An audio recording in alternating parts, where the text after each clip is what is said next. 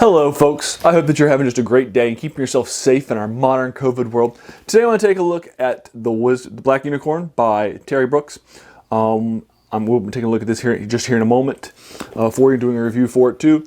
This is a sequel to the trilogy that I've already started for you, set in Landover by famous fantasy writer Terry Brooks. I've been bringing some more famous people to my channel more recently, and some of their classics, because of a desire to kind of I've been talking about that, and Terry Brooks is definitely somebody who's a best-selling writer in fantasy. He's talented, he's gifted as a person, and so forth. And this is the second book in a trilogy that started with Magic Kingdom for Sale Sold, which I've already reviewed for you. And I'm going to be finishing up with Wizard at Large, which is the final book in the trilogy. One of the things I'm currently doing right now is I'm going back and sort of rereading a lot of things that I read when I was in high school. And then I also have some things on my bucket list I've been knocking out too. This past week I read Black Unicorn, which I read twice in high school, but I haven't read since then. And after I read it, I read the rest of the trilogy.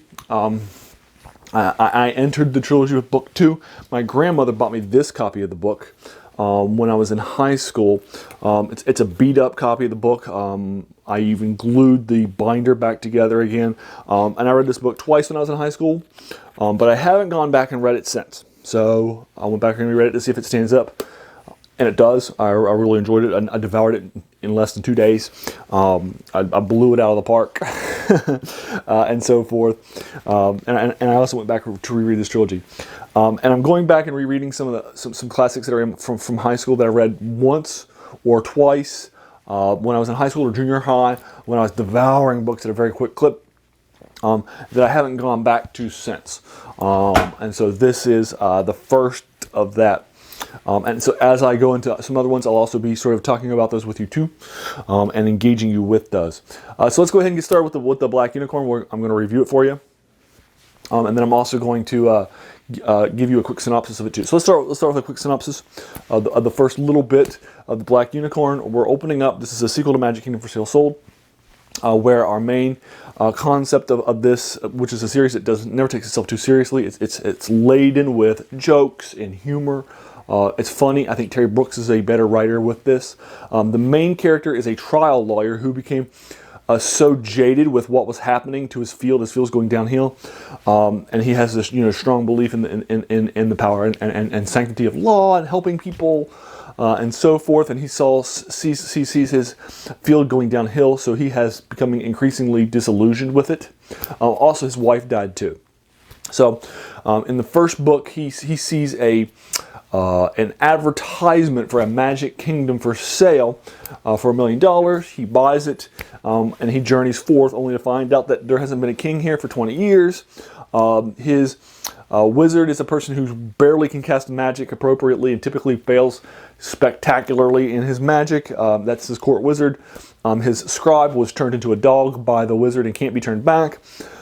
He has some cobbled servants. Those 4 people are it. Those are the only people that serve him as the king of Landover.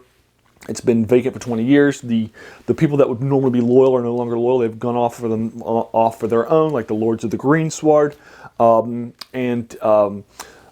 typical allies of the court are no longer with. There's no more taxes. There's no money in the coffers. There's no army for him. Nothing. He has to set up all those things himself. So what he bought is technically a Magic Kingdom, but his kingship is in question.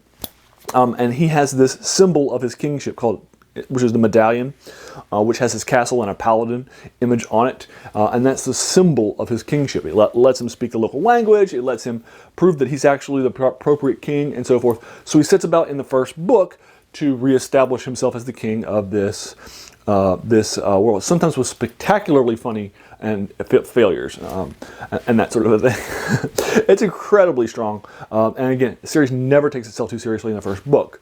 Well, that's also true in the Black Unicorn. We're going to open up in the Black Unicorn. Our three of our main characters: Willow, a sylph who is the main love interest of our character in this world. Quester fused the court with mage, and the main character Ben, who's the king. All 3 have dreams in the first chapter, and they'll describe their dreams that they just had early on. Each of them will pursue a quest for their dreams in order to find out what was happening. Ben's dream is to take him back home to Earth, where his best friend Miles, who is a fellow lawyer, they set up a law firm together, needs him badly. So he sets off in order to head over to Earth. Quest Refuse has the court wizard has a dream that that there are some magic books of knowledge that the court wizards typically have and use to enhance their magic have been hidden from him by his predecessor, one of the big bads in the first book called Meeks, who will also be the big bad in the second book. Bigger big bad than he was in the first book. He's the main bad guy in the second book. He was more of a side note bad guy than he was the center stage bad guys of the first book. That was the Iron Mark in the first book, a demon prince. And then you have additionally the third vision by Willow is to go and set free this black unicorn, which is what the book's named after. And then she's supposed to go find this gold bridle that will let her capture it and control it, and then bring it back to Ben. The black unicorn, according to the various myths and legends of the world, is a dark, evil, demonic presence. That's why it's black. And so she's going to set off on a quest to go chase it down. And so you're going to follow the three quests of these three main characters, Quest Refuse, Ben, and Willow for the first few chapters of the novel. And then you're going to see what happens to these quests and so forth, and how Landover is changing as a result of their quests. So that's the basic setup and the platform for the Black Unicorn. Again, like the first book, it never takes itself too seriously. I actually think it's funnier. I mentioned this in my review of the first novel, but I think this is Terry Brooks at his best. By now, he's been writing for 10 years. I think his first Shannara books are so derivative of the Lord of the Rings. He doesn't have anything new to add to the genre. If I wanted to read the Lord of the Rings again, I would just read the Lord of the Rings again. I wouldn't read the Shannara books, and so forth. But this is just very different. It never takes itself too seriously. It's a new option. The central idea is funny. It's witty. It's interesting. Also, Ben is a trial lawyer, and he approaches his problems as a trial lawyer, and that's something that Terry Brooks can write really well, because Terry Brooks was himself a trial lawyer before he took up writing, and so Ben has a similar parabola. And the basic idea from a writer is that you write what you know, and he knows Ben. He knows Ben.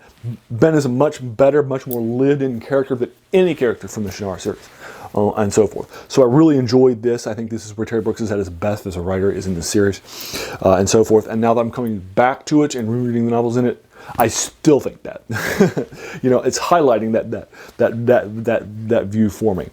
So there you go. I'll leave you to it. There's the Black Unicorn for you. And this is one of the few books I have. I actually have 2 copies of the book because I bought a new version so I wouldn't ruin my old version and so forth to show you. And that's it. I'll go ahead and leave you to it. What'd you think? Have you read it? Did you agree or disagree with anything in my video or my review? I'm happy to engage you with it further in the comments below. If you like this video, please feel encouraged to hit that subscribe button. There's going to be so many more of these to follow. And finally, I just want to take some time out of my day and thank you because you spent some time out of your day investing it and watching it in my video. We all have so many things happening in our lives, and we're pulled in so many different directions, right?